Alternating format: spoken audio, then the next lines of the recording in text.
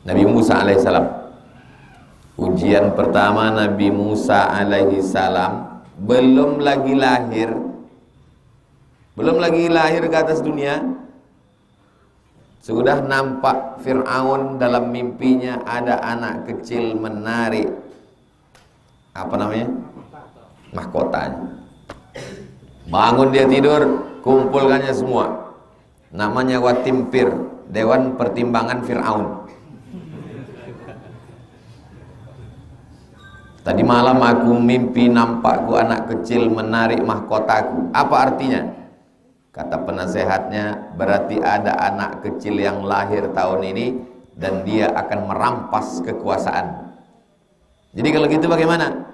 Semua anak kecil yang lahir tahun ini sembelih. Apalah dosa anak kecil? Jadi ujian itu tidak selamanya datang karena dosa. Cara berpikir kita salah. Kalau ada dosa baru kita susah. Nabi Musa apa dosa dia? Belum lagi dia lahir. Razia. Apa razianya? Semua anak kecil yang lahir tahun itu yudzabbihuna abna'ahum wa yastahyuna nisa'ahum. Anak laki-laki sembelih, anak perempuan biarkan. Anak laki-laki potong. Allah Subhanahu wa taala mengirimkan ilham kepada perempuan namanya Yuhannis. Yuhannis, mak Nabi Musa. Wa auhayna ila ummi Musa, kami kirimkan ilham kepada ibu Musa, an ardhi'ihi, susukan anakmu. Fa in khifti alaihi, kalau kau takut anak kau disembelih Fir'aun, fa alqihi fil yammi, hanyutkan dia ke sungai Nil. La takhafi, jangan kau takut, wa la tahzani, jangan kau sedih. Inna radduhu ilaiki, nanti kami balikkan dia kepada engkau. Wa ja'iluhu minal mursalin, nanti kami jadikan dia sebagai rasul. Allah berjanji, kau hanyutkan dia, nanti ku balikkan dia ke engkau. Allah itu kalau sudah berjanji, innaka la tukhliful. Bagaimana cara Allah mengembalikan anak ini ke ibunya, menjumpakan ibu ini ke anaknya? Dibuatnya anak itu menangis. Menangislah anak itu berhari-hari.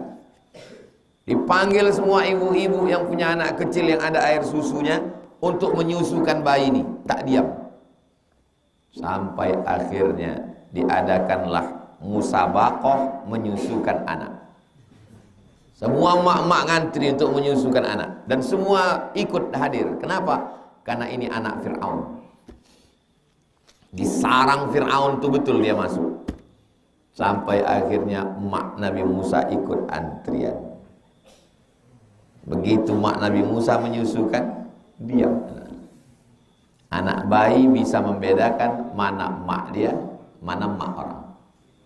Tengok betapa insting anak bayi lebih tajam daripada otak orang tua. Insting tak berbohong, tapi otak bisa menipu. Mana buktinya? Perempuan yang punya otak tapi tak dipakai, membunuh anaknya, dimasukkan ke dalam kardus. Tidak ada induk hewan yang membunuh anaknya. Tidak ada induk ular sawah membunuh anaknya. Tak ada induk kucing membunuh anaknya. Tak ada induk gajah menginjak anaknya. Kenapa? Otaknya tak ada. Pakai apa? Insting. Basic insting. Insting bawaan. Bahasa Arabnya ghariza. Ghariza, insting. Belum lagi lahir ke atas dunia, sudah ada razia penyembelihan anak kecil. Masuk ke dalam istana Fir'aun, masih kecil udah diuji Fir'aun. Kata Fir'aun, Asyah, nama istri Fir'aun itu Asyah.